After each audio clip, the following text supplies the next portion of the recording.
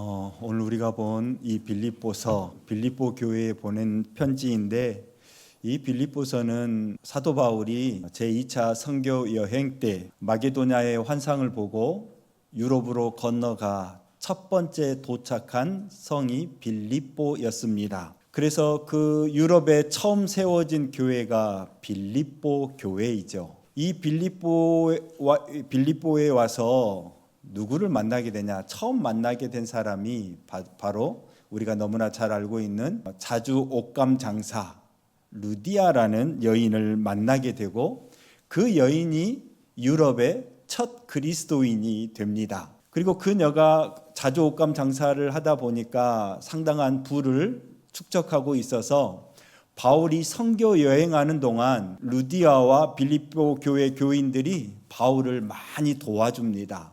그래서 바울이 선교 여행을 멈추지 않고 계속 할 수 있도록 협력을 해주죠.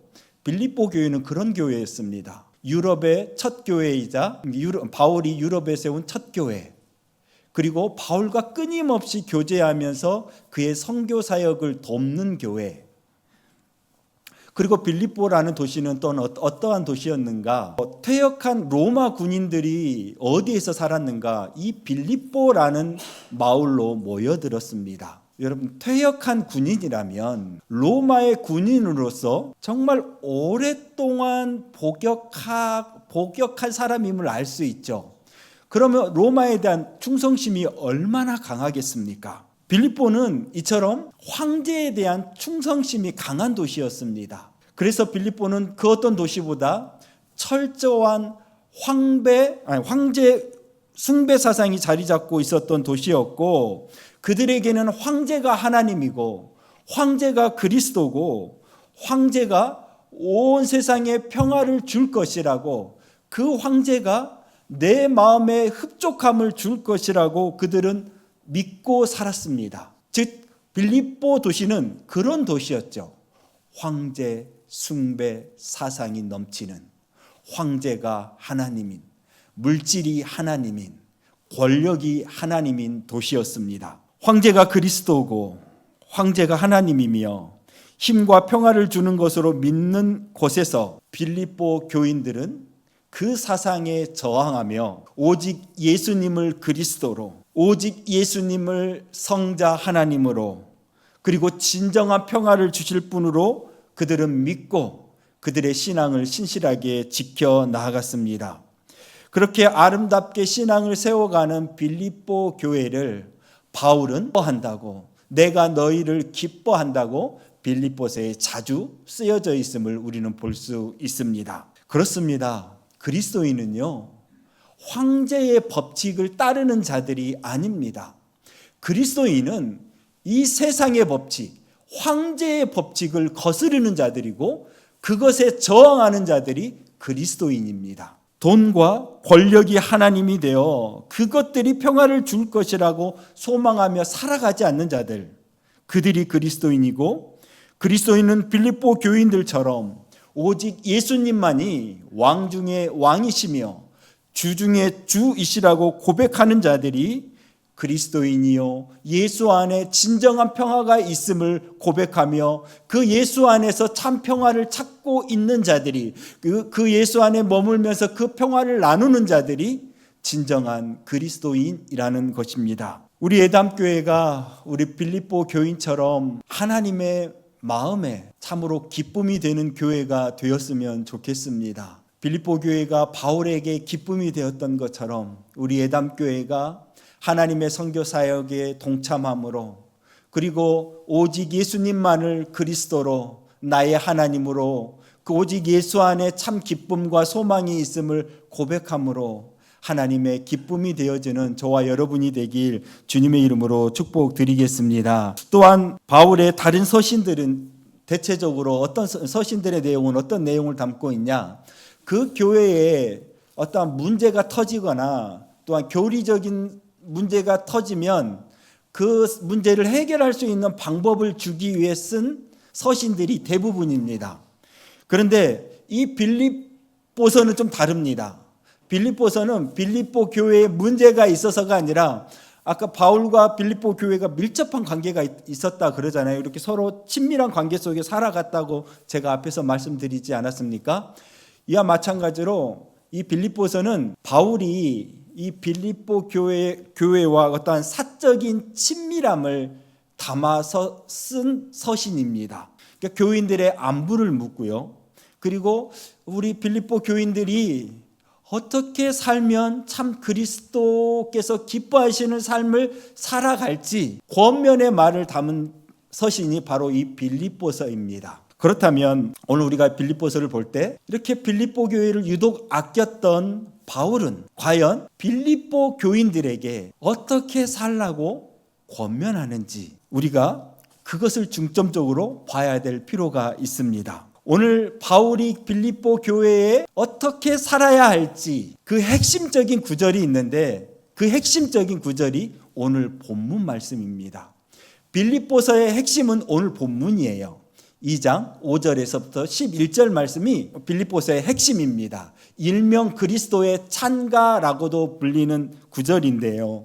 과연 오늘 이 말씀을 통해서 하나님은 나에게 어떻게 믿음으로 살라고 이야기하는지 한번 우리가 그 말씀에 귀를 기울여 보겠습니다. 바울은 빌립보 교인들에게 가장 하고 싶은 말을 5절에 적어놓고 있습니다. 아마 빌립보서의 핵심 구절인 것 같아요. 우리 같이 한번 5절 한번 같이 읽겠습니다. 시작. 지금 바울은 빌립보 교인들에게 누구의 마음을 품으라고 하고 있죠? 그리스도 예수의 마음을 품으라고 하고 있습니다. 이 단어를 보니까 갑자기 찬양 한 곡이 떠오르지 않습니까? 하나님 아버지의 마음이라는 이 찬양곡 시간이 있으면 한번 같이 부르고 가겠는데 가사 내용은 이렇습니다. 아버지 당신의 마음이 있는 곳에 나의 마음이 있기를 원해요. 아버지 당신의 눈물이 있는 곳에 나의 눈물이 고이길 원해요.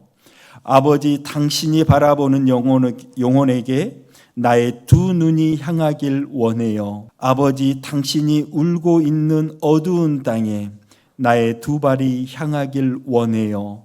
나의 마음이 아버지의 마음 알아 내 모든 뜻 아버지의 뜻이 될 수 있기를 나의 온몸이 아버지의 마음 알아 내 모든 삶 당신의 삶 되기를. 이 감동적인 가사의 고백으로 아직도 많이 불리는 찬양입니다. 여기서도 아버지의 마음을 알기 원한다고 아버지의 마음을 품기 원한다고 고백하고 있습니다. 그렇다면 이 찬양뿐만 아니라 바울이 품으라는 그 그리스도 예수의 마음, 그리스도 예수의 마음은 어떠한 마음인지 오늘 우리가 이 본문을 통해서 한번 찾아보도록 하겠습니다. 그러면서 6절과 11절 말씀으로 쭉 이어지는데요. 6절에서부터 11절 말씀은 딱 두 부분으로 나누어져 있습니다. 6절, 7절, 8절은 예수님의 비유심, 그리고 9절, 10절, 11절은 자신을 비우시고 낮추신 그 예수님을 하나님이 높이셨다. 그러니까 비유심과 높이심이 이 두 절로, 이 두 부분으로 6절부터 11절은 나뉘어져 있다는 것이죠. 6절에서 이렇게 합니다. 이렇게 말씀합니다. 그는 근본 하나님의 본체이시나. 그는 근본 하나님의 본체이시나. 이 뜻은 그는 하나님의 모습을 지니셨으나 그는 하나님과 본질이 같은 분이셨으나. 이 부분이 나오면서 이제 또 삼위일체 이야기가 많이 나오는데 그냥 우리가 쉽게 이해하고 갑시다. 교리적인 부분을 잊어버리고 근본이 같다. 근본 하나님의 본체이시나. 여러분 금이 있습니다. 어떤 금은 그냥 금색 그대로 있고요. 어떤 금은 녹색으로 칠해놨고요. 또 다른 금은 파란색으로 칠해놨습니다. 여러분 이 세 개의 금이 있습니다.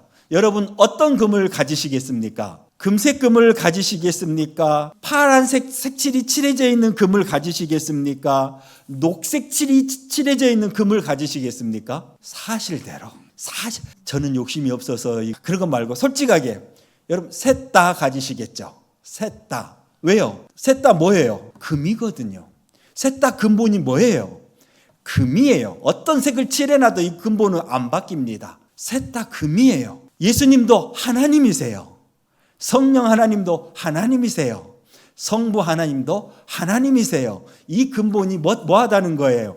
같다라는 거예요. 그런데 그 성자 하나님이 그 성부 하나님과 동등됨의 자리를 취하지 아니하시고 오히려 자기를 비워서 종의 모습을 취하고 사람과 같이 되셨다라고 이야기합니다. 예수님은, 성자 하나님은 자신을 비우셨어요. 그렇다면 우리 인간들은 어떨까요? 우리 시조인, 인간의 시조인 아담으로 한번 돌아가 봅시다. 아담은 어떠했습니까? 아담은요, 종의 모습을 취한 것이 아니라 하나님이 사람으로 지었는데 사람이 사람의 모습으로 살아가려고 했던 것이 아니라 스스로 하나님이 되려고 했습니다. 비우는 게 아니고 뭐 하려고 그랬어요? 자기 안에 채우려고 했습니다. 스스로 교만한 자리에 섰습니다. 경배받는 자리에 섰습니다. 자기가 자기를 다스리고 싶어하고 모든 사람에게 칭송받고 싶어하고 높임받는 자리에 서고 싶어합니다. 여러분, 안타깝지만 이게 인간의 본성입니다. 인간은 지금도 동일합니다. 나는 아니라고 할지 모르겠지만 아니요, 인간의 속성은 다 똑같습니다. 누구나 높임받는 자리에 서고 싶어 하고요, 누구나 칭송받는 자리에 서고 싶어 합니다. 누구도 종의 모습으로 살아가고 싶어 하지 않습니다. 다 대접받고 싶어 하고 인정받고 싶어 하고 또한 다른 사람을 다스리고 싶어 합니다. 자기 비움이 아닌 자기 채움, 자기 채움으로 살아가고 싶어 합니다. 이것이 인간입니다. 인간의 타락됨과 인간의 죄악됨은 어디에서 오는가? 자기 비움에서 오는 게 아니라 자기 채움에서 오는 것입니다. 그러기에 우리 인간들은 이 마음이 있는 이상 죄에서 결코 벗어날 수 없습니다. 나는 그리스도인이기에 여기에 포함되지 않는다라고 여러분 자부하실 수 있겠습니까? 우리 그리스도인들도 얼마나 하나님 앞에서 신실함을 가장한 자기 채움과 교만한 삶을 살아가고 있는지 모릅니다. 우리의 입술은 나를 비워 주의 종의 모습으로 살아가게 해달라고 고백하지만 그러나 여전히 내 삶은 나의 욕망과 나의 즐거움으로 여전히 채우려고 하고 있는 모습을 우리는 스스로 자신의 모습을, 그런 모습을 볼 수 있게 되죠. 이 말 뜻은 스스로 하나님이 되려고 하고 있다는 것입니다. 자꾸 내가 무엇인가를 내 안에 채우려고 한다는 것은 내가 하나님이 되고 싶다는 거예요. 그것으로 내가 하나님이 되고 싶다라는 겁니다. 그것이 나에게 만족을 줄 수 있다라고 생각하는 것이죠. 우린 이것을 경계해야 합니다. 나의 채움이 우리는 무엇을 위한 것인지 항상 기억해야 합니다. 여기서 자꾸 비우라고 그러고 채우지 말라고 하니까 그럼 아무것도 가지지 말라라는 뜻인가? 그런 뜻은 아닙니다. 전혀 그런 뜻이 아니고요. 이 채움의 목적이 도대체 어디에 있냐라는 것이죠. 그런데 인간은 끊임없이 나만을 위해 채우려고 한다는 거예요. 나만을 위해 채우려고 한다는 겁니다. 이것을 우리가 경계하자라는 것입니다. 그리고 무엇보다 우리 예수님께서 자기 비움의 삶을 사셨다는 것입니다. 우리 예수님을 우리가 무엇으로 고백하냐? 우리의 길이자 진리로 고백하지 않습니까? 그 길이 비움의 길을 가셨다면 우리가 그 길을 걸어가야 한다면 우리 또한 무슨 길을 걸어가야 하겠습니까?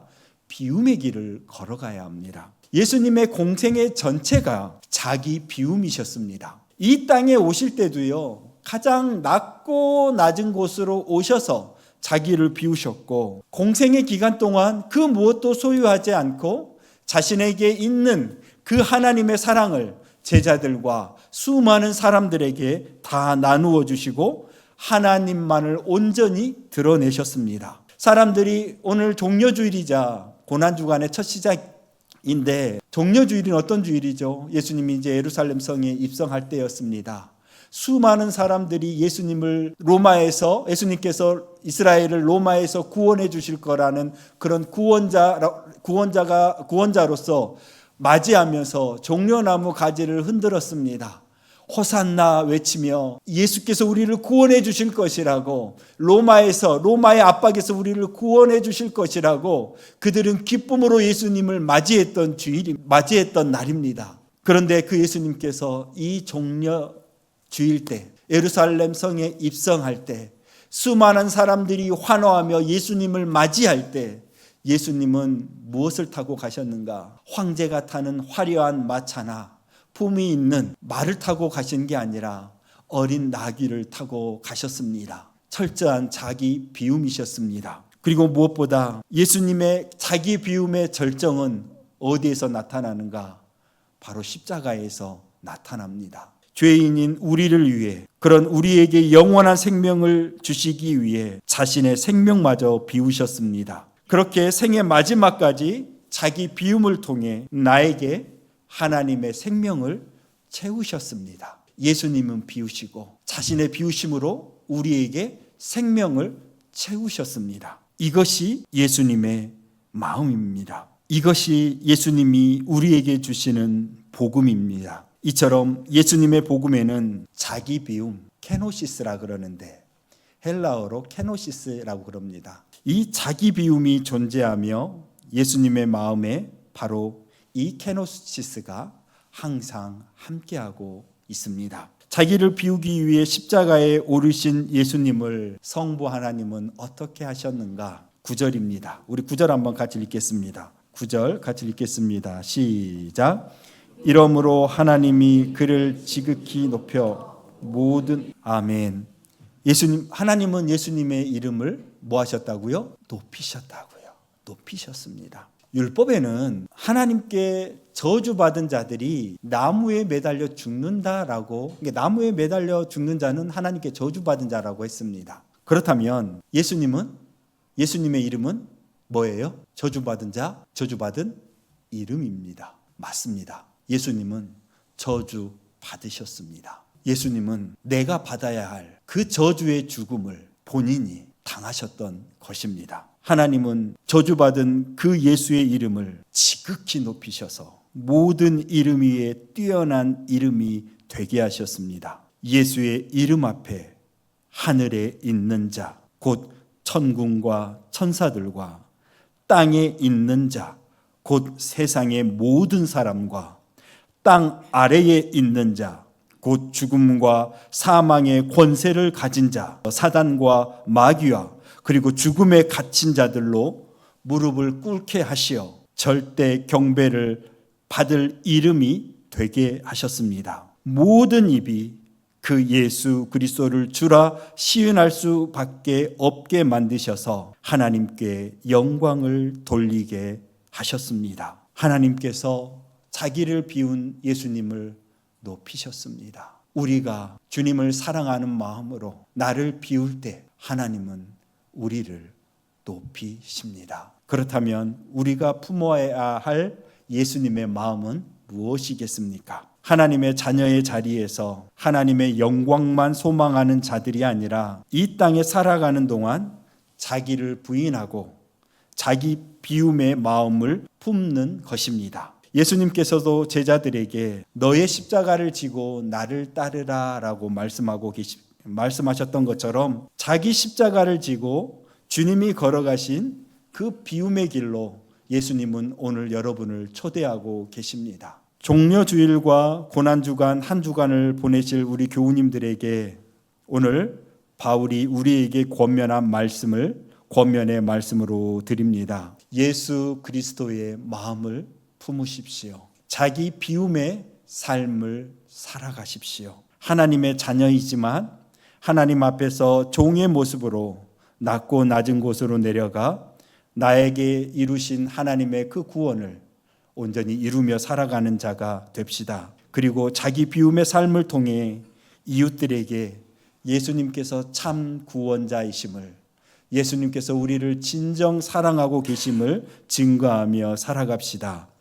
그리고 케노시스의 삶을 통해 하나님께 영광을 돌리며 진정한 하나님의 기쁨이 되는 우리 예담교회가 되길 주님의 이름으로 축복드리겠습니다. 우리 같이 기도하겠습니다. 아버지 하나님, 우리 예수님께서 십자가에서 자기 비움을 온전히 이루셨던 것처럼 우리 또한 그 십자가의 길로 나아가게 하시고 그 십자가 위에서 나를 온전히 비우며 내 안에 하나님의 사랑으로 채우고 그 채운 사랑마저도 내 이웃들에게 나눌 수 있는, 그렇게 주님을 닮아가는, 주님의 마음을 품는 주님의 자녀들이 되게 하여 주옵소서. 예수님의 이름으로 기도드립니다. 아멘.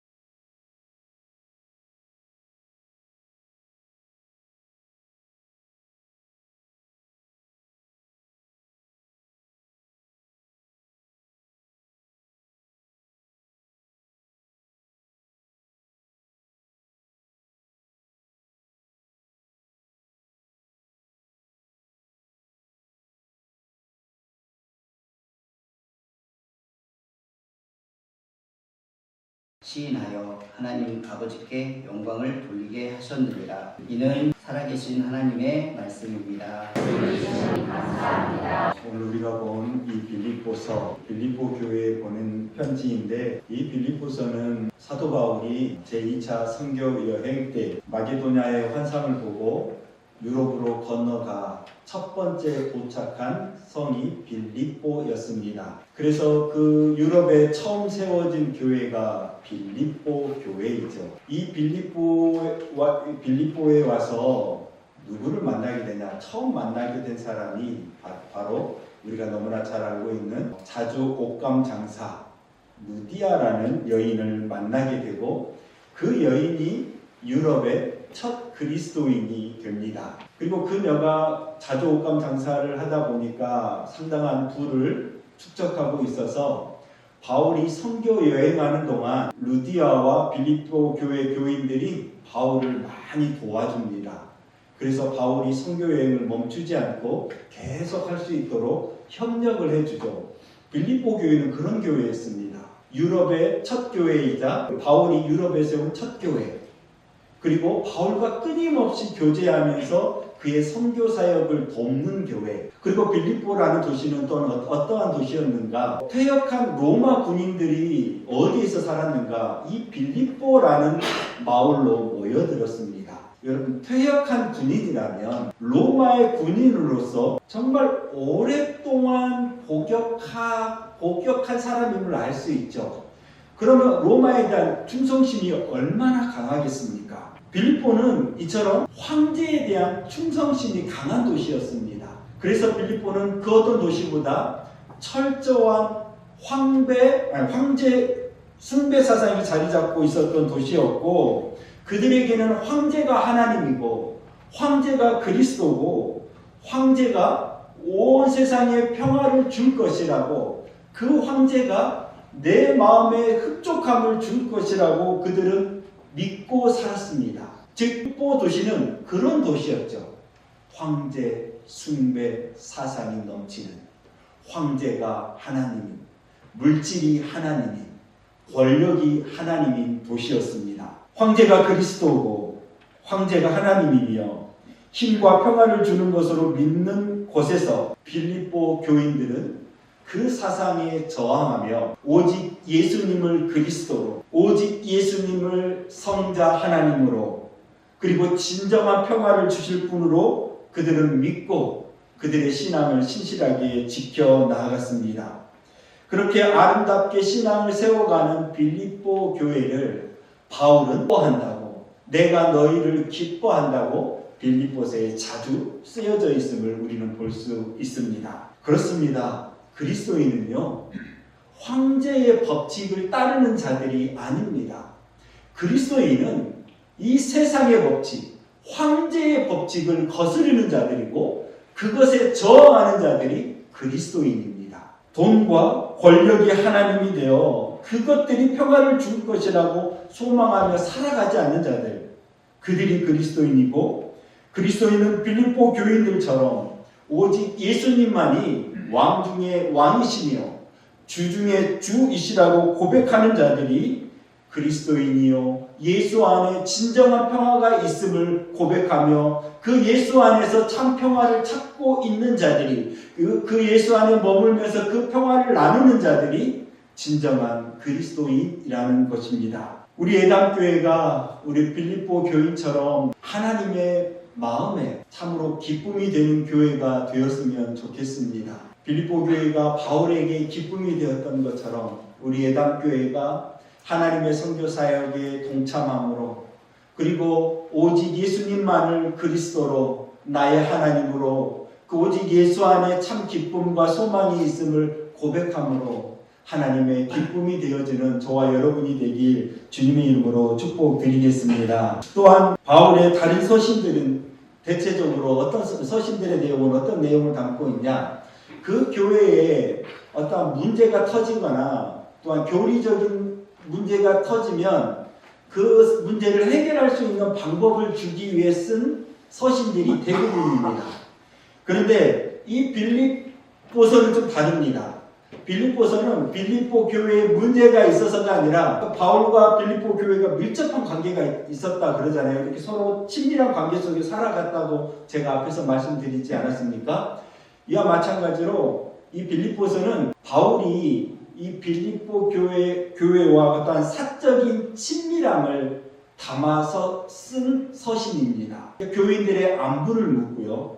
그리고 우리 빌립보 교인들이 어떻게 살면 참 그리스도께서 기뻐하시는 삶을 살아갈지 권면의 말을 담은 서신이 바로 이 빌립보서입니다. 그렇다면 오늘 우리가 빌립보서를 볼 때 이렇게 빌립보 교회를 유독 아꼈던 바울은 과연 빌립보 교인들에게 어떻게 살라고 권면하는지 우리가 그것을 중점적으로 봐야 될 필요가 있습니다. 오늘 바울이 빌립보 교회에 어떻게 살아야 할지 그 핵심적인 구절이 있는데 그 핵심적인 구절이 오늘 본문 말씀입니다. 빌립보서의 핵심은 오늘 본문이에요. 2장 5절에서부터 11절 말씀이 빌립보서의 핵심입니다. 일명 그리스도의 찬가라고도 불리는 구절인데요. 과연 오늘 이 말씀을 통해서 하나님은 나에게 어떻게 믿음으로 살라고 이야기하는지 한번 우리가 그 말씀에 귀를 기울여 보겠습니다. 바울은 빌립보 교인들에게 가장 하고 싶은 말을 5절에 적어놓고 있습니다. 아마 빌립보서의 핵심 구절인 것 같아요. 우리 같이 한번 5절 한번 같이 읽겠습니다. 시작. 예, 지금 바울은 빌립보 교인들에게 누구의 마음을 품으라고 하고 있죠? 그리스도 예수의 마음을 품으라고 하고 있습니다. 이 단어를 보니까 갑자기 찬양 한 곡이 떠오르지 않습니까? 하나님 아버지의 마음이라는 이 찬양곡 시간 있으면 한번 같이 부르고 가겠는데 가사 내용은 이렇습니다. 아버지 당신의 마음이 있는 곳에 나의 마음이 있기를 원해요. 아버지 당신의 눈물이 있는 곳에 나의 눈물이 고이길 원해요. 아버지 당신이 바라보는 영혼에게 나의 두 눈이 향하길 원해요. 아버지 당신이 울고 있는 어두운 땅에 나의 두 발이 향하길 원해요. 나의 마음이 아버지의 마음하라.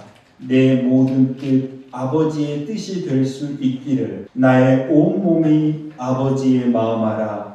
내 모든 삶 당신의 삶 되기를. 이 감동적인 가사의 고백으로 아직도 많이 불리는 찬양입니다. 여기서도 아버지의 마음을 알기 원한다고, 아버지의 마음을 품기 원한다고 고백하고 있습니다. 그렇다면 이 찬양뿐만 아니라 바울이 품으라는 그 그리스도 예수의 마음, 그리스도 예수의 마음은 어떠한 마음인지 오늘 우리가 이 본문을 통해서 한번 찾아보도록 하겠습니다. 그러면서 6절과 11절 말씀으로 쭉 이어지는데요. 6절에서부터 11절 말씀은 딱 두 부분으로 나누어져 있습니다. 6절, 7절, 8절은 예수님의 비유심, 그리고 9절, 10절, 11절은 자신을 비우시고 낮추신 그 예수님을 하나님이 높이셨다. 그러니까 비유심과 높이심이 이 두 절로, 이 두 부분으로 6절부터 11절은 나뉘어져 있다는 것이죠. 6절에서 이렇게 합니다. 이렇게 말씀합니다. 그는 근본 하나님의 본체이시나. 그는 근본 하나님의 본체이시나. 이 뜻은 그는 하나님의 모습을 지니셨으나 그는 하나님과 본질이 같은 분이셨으나. 이 부분이 나오면서 이제 또 삼위일체 이야기가 많이 나오는데 우리가 쉽게 이해하고 갑시다. 교리적인 부분을 잊어버리고 근본이 같다. 근본 하나님의 본체이시나. 여러분, 금이 있습니다. 어떤 금은 그냥 금색 그대로 있고요. 어떤 금은 녹색으로 칠해놨고요. 또 다른 금은 파란색으로 칠해놨습니다. 여러분, 이 세 개의 금이 있습니다. 여러분, 어떤 금을 가지시겠습니까? 금색 금을 가지시겠습니까? 파란색 색칠이 칠해져 있는 금을 가지시겠습니까? 녹색 칠이 칠해져 있는 금을 가지시겠습니까? 사실대로. 저는 욕심이 없어서 그런 거 말고 솔직하게 여러분 셋 다 가지시겠죠? 셋 다. 왜요? 셋 다 뭐예요? 금이거든요. 셋 다 근본이 뭐예요? 금이에요. 어떤 색을 칠해놔도 이 근본은 안 맞아요. 셋 다 금이에요. 예수님도 하나님이세요. 성령 하나님도 하나님이세요. 성부 하나님도 하나님이세요. 이 근본이 뭐하다는 거예요? 같다라는 거예요. 그런데 그 성자 하나님이 그 성부 하나님과 동등됨의 자리를 취하지 아니하시고 오히려 자기를 비워서 종의 모습을 취하고 사람과 같이 되셨다라고 이야기합니다. 예수님은, 성자 하나님은 자신을 비우셨어요. 그렇다면 우리 인간들은 어떨까요? 우리 시조인, 인간의 시조인 아담으로 한번 돌아가 봅시다. 아담은 어떠했습니까? 아담은요, 종의 모습을 취한 것이 아니라 하나님이 사람으로 지었는데 사람이 사람의 모습으로 살아가려고 했던 것이 아니라 스스로 하나님이 되려고 했습니다.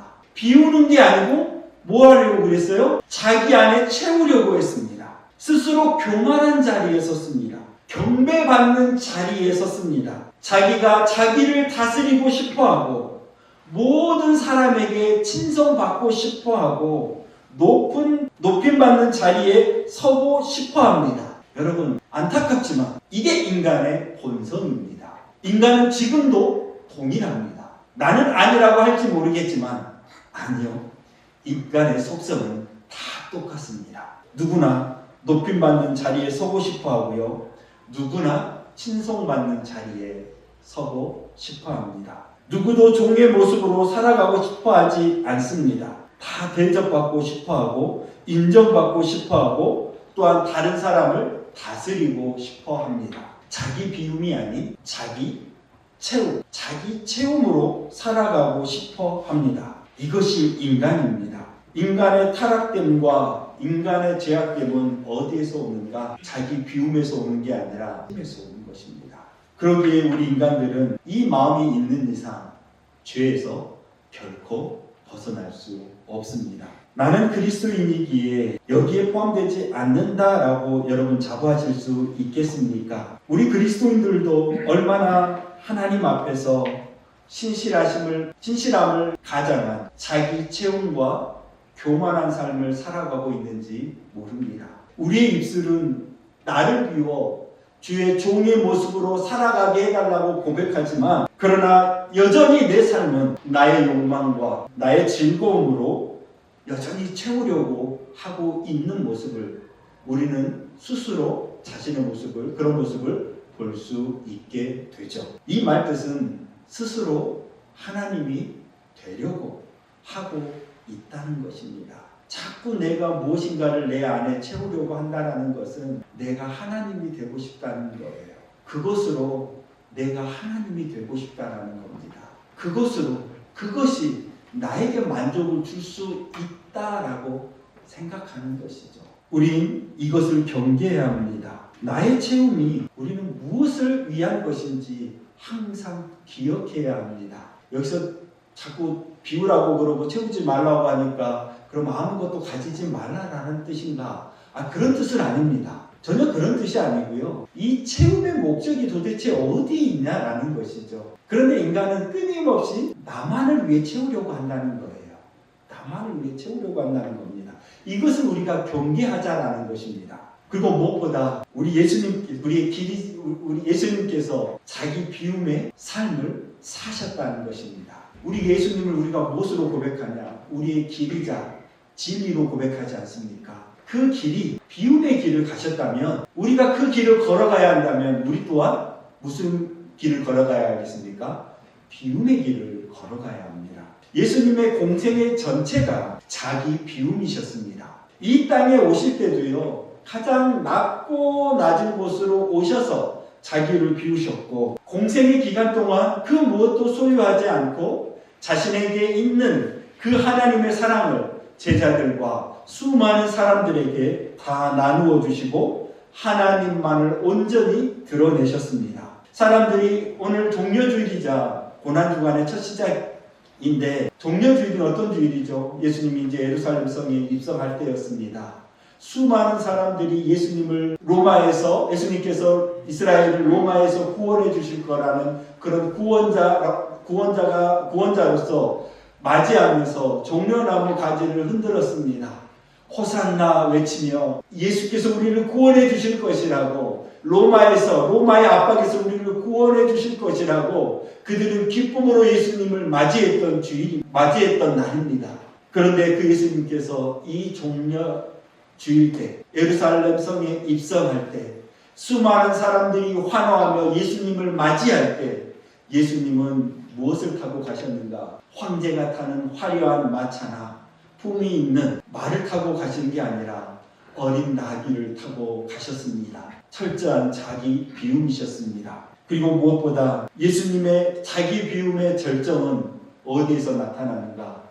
바로 십자가에서 나타납니다. 죄인인 우리를 위해, 그런 우리에게 영원한 생명을 주시기 위해 자신의 생명마저 비우셨습니다. 그렇게 생의 마지막까지 자기 비움을 통해 나에게 하나님의 생명을 채우셨습니다.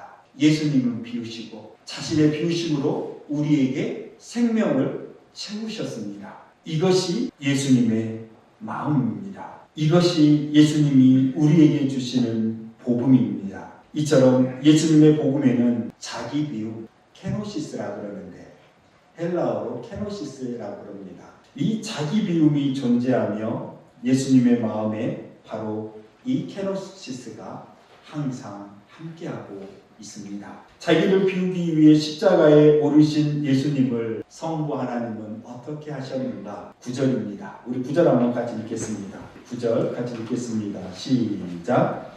이러므로 하나님이 그를 드시고 모든 이름에 아멘. 하나님은 예수님의 이름을 뭐 하셨다고요? 높이셨습니다. 율법에는 하나님께 저주받은 자들이 나무에 매달려 죽는다라고, 나무에 매달려 죽는 자는 하나님께 저주받은 자라고 했습니다. 그렇다면 예수님의 이름은 뭐예요? 저주받은 자, 저주받은 이름입니다.